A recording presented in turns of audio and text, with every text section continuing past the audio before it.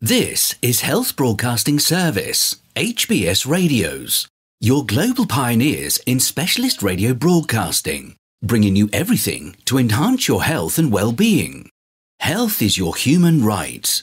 HBS, your partners in everything about your health and well-being.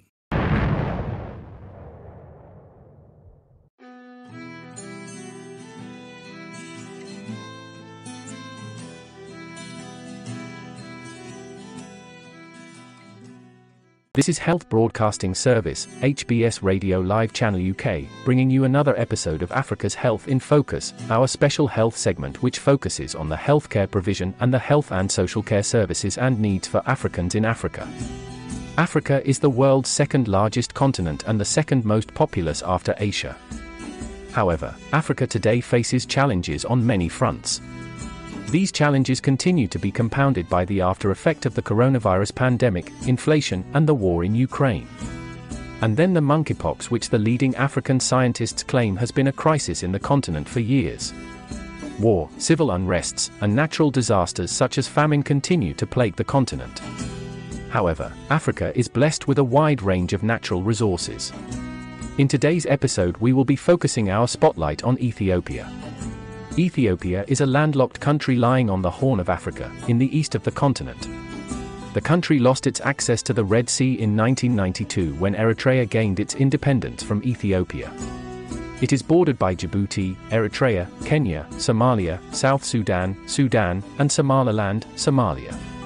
Its capital is Addis Ababa. As of 2021, Ethiopia had grown to a population of about 117 million persons. Over the last 50 years, the population of Ethiopia grew substantially from 30.1 million to 117 million persons, rising at an increasing annual rate that reached a maximum of 3.66% in 1992 and then decreased to 2.53% in 2021. The population of Ethiopia is 119,695,420 as at Thursday, March 3, 2022, based on Worldometer, real-time world statistics elaboration of the latest United Nations data. Access to modern healthcare in Ethiopia is extremely limited, and in many rural areas, it is virtually non-existent. Most facilities are government-owned and medical schools in the country continue to graduate general practitioners but very few specialists. This clearly does not meet the rising demand of the healthcare of the people nor support effective services. Ranking 99 out of 103 on the UNDP Human Poverty Index, Ethiopia is one of Africa's poorest states, and unfortunately, with 45% of its 77 million people living below the poverty line. 3/4 of the population lack access to clean water, and 4 persons out of 5 live without quality sanitation. This is not unique to Ethiopia in the African continent. The term primary health care (PHC) is the essential healthcare service that is universally accessible to individuals and gets to the people at a cost that the country and community can afford. Often, as in Ethiopia, this level of healthcare is free for people living in rural areas. The question is, how standard and appropriate to the people's needs is the quality of the service? Though the government of Ethiopia is working to strengthen and improve the healthcare system to align it with the Sustainable Development Goals, Ethiopia has a large, predominantly rural and subsistence agriculture population with poor access to safe water, housing, sanitation, food and healthcare provision. These continue to pose big challenges. The government notably continues to make significant investments in the public health sector that have led to improvements in health outcomes. Nevertheless, communicable diseases like HIV/AIDS, tuberculosis, malaria, respiratory infection, leprosy, and diarrhea remain serious challenges in Ethiopia. Premature death, low quality of life, and nutritional diseases constitute major health challenges. With a systematically growing middle class, the GOE is facing an increase in non-infectious diseases such as cancer, diabetes, heart diseases, hepatitis B and C, and high blood pressure. Mental health and eye problems are also becoming major problems in Ethiopia. More than 5.2 million people in Tigray, Ethiopia, are in serious need of humanitarian support, including health care, due to the conflict that erupted at the end of 2020. The conflict left thousands injured and traumatized, and had a severe impact on the families' lives and livelihoods. The spillover of the conflict into the neighboring regions of Afar and Amhara is significantly increasing humanitarian needs in the northern part of the country. Over 2.1 million people were displaced and are currently living in crowded settings with limited access to water and sanitation infrastructure. Over half of the health facilities are not operational. People are suffering from trauma and injuries, food insecurity and malnutrition, sexual and gender-based violence, communicable diseases such as malaria, cholera, as well as reduced access to treatment for non-communicable diseases and maternal and child health services. The conflict has also disrupted the COVID-19 response. Millions of people are facing acute food insecurity in the region, with over 400,000 people close to famine. Access to affected areas remains limited, making the scale-up of the health response difficult even as the population's needs are growing, especially for children, women, and internally displaced people. In the northern Ethiopian regions of Tigray, Amhara, and Afar, an estimated 5.2 million people are in dire need of humanitarian assistance, and an estimated 3.5 million people from these regions have been displaced after more than a year of conflict, which began in November 2020. Among them are an estimated 118,000 pregnant women and 1.3 million women of reproductive age, with those figures set to grow with the ongoing crisis. The dynamics of the conflict in northern Ethiopia remain complex and fluid, but one thing remains clear: at the heart of this crisis are millions of people in need, particularly women and girls. Delivering a baby in these circumstances will be difficult. The living conditions are particularly hard on pregnant women. MSF, Médecins Sans Frontières, translated as Doctors Without Borders, an international independent organization providing medical support to people affected by conflicts, has been distributing safe delivery kits to pregnant women in the sites, to assist in case they went into labor after dark. Maternal and child health continue to be the two most challenging issues in Ethiopia. Patients with chronic diseases often go without medication. Patients with chronic diseases like diabetes or hypertension face some of the biggest challenges. They go without receiving any medication for months. In the camps, some patients who have tuberculosis and HIV also go without medication for months, says Gordon. Since July 2020, reports confirm that a government-imposed blockade of the Tigray region has prevented life-saving humanitarian aid from reaching the affected population. In addition to a food shortage that is pushing parts of the region into famine, non-governmental organizations NGOs and civil society organizations CSOs are struggling to supply life-saving sexual and reproductive health SRH services to internally displaced and refugee women that have fled the violence into neighboring regions and countries. The International Planned Parenthood Federation's local partner, the Family Guidance Association of Ethiopia FGAE, has faced a critical shortage of SRH commodities and medical supplies due to the blockade. The fragile security situation has made it extremely difficult to deliver even the most basic of services. Between October and December 2021, FGAE was able to reach 450 internally displaced persons with SRH services and sexual and gender-based violence support, but many more women are still without access to other essential services such as counseling, contraception, safe abortion care, sexually transmitted infections STIs including HIV, gynecology and prenatal care. Women and young girls are particularly vulnerable in conflict and displacement settings. According to the United Nations Population Fund UNFPA, over 500 women in humanitarian and fragile settings around the world are estimated to die during pregnancy or childbirth every day. In the Tigray, Amhara and Afar regions of northern Ethiopia, many health centers have been damaged, destroyed or vandalized during the ongoing fighting, and they face a critical shortage of basic supplies and medicine. 8 FGAE clinics were damaged, and 6 vehicles looted, resulting in a loss of $500,000.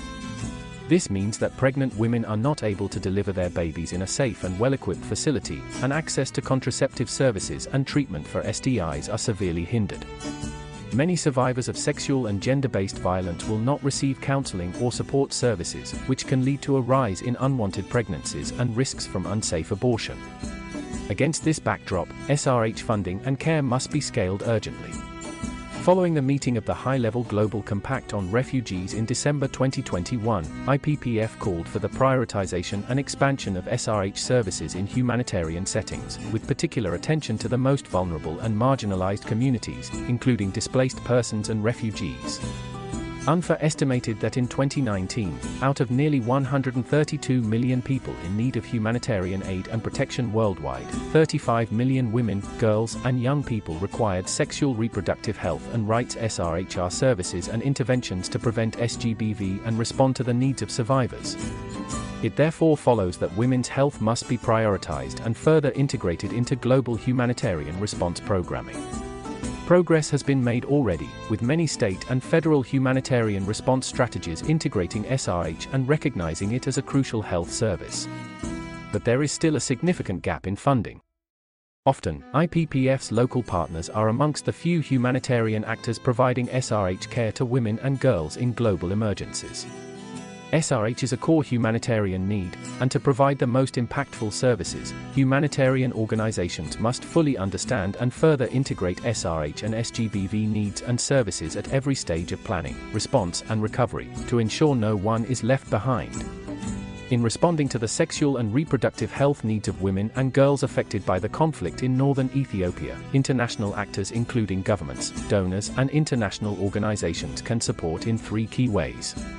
Providing safe abortion care in humanitarian settings. Women living in humanitarian settings often have limited access to safe abortion and post-abortion care. Abortion is still a taboo in many African countries, and unsafe abortion is a major cause of maternal death globally. The laws and policies governing abortion vary across Ethiopia, Djibouti, and Sudan. When access to safe abortion care is restricted, women often resort to dangerous procedures that may result in severe bleeding, infection, disability, and death. IPPF and its local member associations are committed to promoting access to safe abortion care in humanitarian settings as part of their life-saving work for women and girls. Champion local actors to lead the humanitarian response. Enhancing local and national capacity is essential for the effective delivery of SRH services. IPPF is a locally owned, globally connected civil society movement that supports local actors to lead the response on sexual and reproductive rights within their respective contexts. Localization facilitates smooth service delivery, and IPPF member associations which are deeply involved in local communities often benefit from greater acceptance and access within conflict-affected communities. IPPF invests in the emergency preparedness of its local partners by pre-positioning medicines and supplies, as well as providing them with timely and direct funding so that they can quickly respond to a crisis.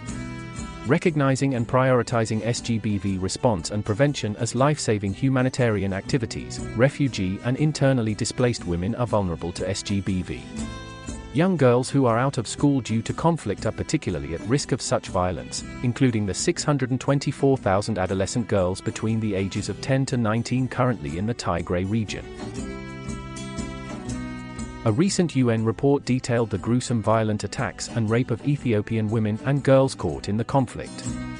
SGBV survivors face so much distress as many of the conflict-affected districts do not provide access to emergency medical treatment, let alone necessary psychosocial support and referrals and access to other services and providers. Another UN report suggests that healthcare workers in the Tigray region do not prioritize SGBV as a real threat to women and girls, despite the rise in incidents, particularly intimate partner violence.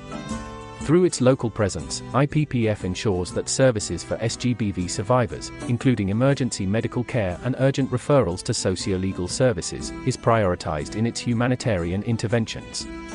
According to the Global Humanitarian Overview 2022, an estimated 22 million Ethiopians will continue to require humanitarian assistance this year. The need to empower local actors to meet the SRH needs of women and girls of reproductive age in this conflict is more acute than ever, and we, as global citizens, governmental actors, local and international actors, must do our utmost to hear and respond to their urgent needs. Stigma around sexual violence. Dr. Tess Famicale is particularly concerned that few survivors of sexual violence are seeking help. Many women get raped, but they don't seek help. They want to go to the hospital, but the stigma and cultural norms prevent them. We have emergency contraceptives, prophylaxis, the problem is, we can't get to the patients. We need to increase health education, community mobilization, and home visits. MSF initially faced a similar situation in our clinics in the sites. Our staff hear many stories about sexual violence from the community, but very few women were coming for care. the number of survivors seeking care is now increasing, possibly because more people are now aware of and trust MSF services. From February 15th to 22nd, 10 survivors of sexual violence received treatment and psychosocial support from our teams. Many people have been deeply traumatized by the violence they have experienced, by their displacement and poor living conditions, and by being separated from family members, often without knowing their whereabouts.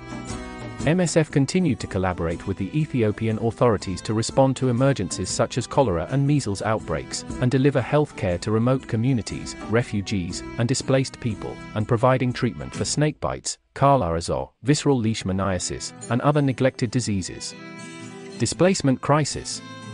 In the first quarter of the year, teams were still working in some Wardas, administrative areas, in western Ethiopia, with a focus on emergency health care and water and sanitation for people displaced by violence on the border between Benishangul Gumuz and Oromia.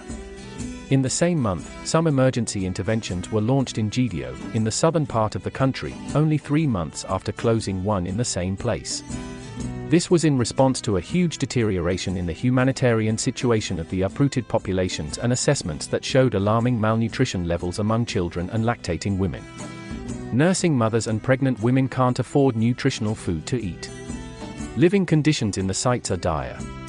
Dozens of people sleep in each of the former classrooms of local schools, between desks and chairs.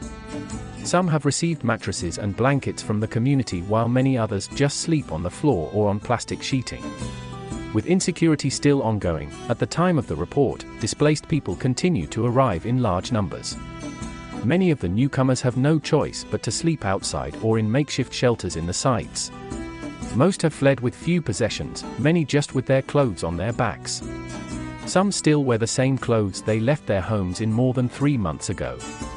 Some women say they had to tear apart their clothing to make sanitary pads, which is a source of humiliation. On Shire's university campus, hundreds of people are staying in former student dormitory buildings, sleeping in bunk beds. Those who have not found a place in the dormitory stay in an unfinished building on the campus. Families stack bricks around their sleeping areas to create some semblance of privacy. The air is filled with smoke from fireplaces and the constant sound of people coughing. In the clinics that MSF has been running in the site since January, respiratory tract infections are the most common ailment. Is it COVID-19? Nobody knows for sure. There are no tests available, and there is no way for people to keep a safe distance from each other in the overcrowded sites, no way to buy masks or wash their hands regularly as needed. In comparison to the many other issues people are facing, COVID-19 is low on the list of their worries. Diarrhea is the second biggest medical problem due to a lack of clean drinking water and sanitation and unhygienic living conditions. MSF has built latrines in a primary school where displaced people are staying and regularly supplies safe water. Our teams have also rehabilitated a large toilet and shower building on the university campus. Supplying safe water is a challenge in both the sites for displaced people and the whole of Shire Town. And this is all we have for you on this episode of Africa's Health in Focus. Ethiopia will bounce back. And until we come your way again with some more focus, please stay safe and healthy. Bye for now.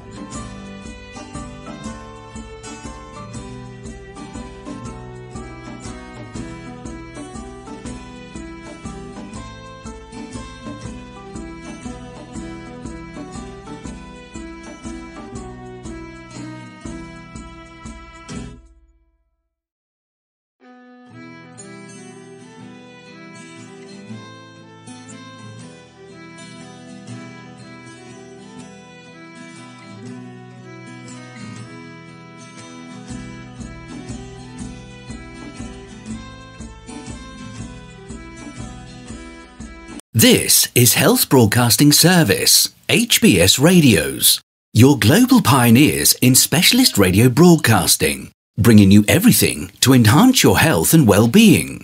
Health is your human right. HBS, your partners in everything about your health and well-being.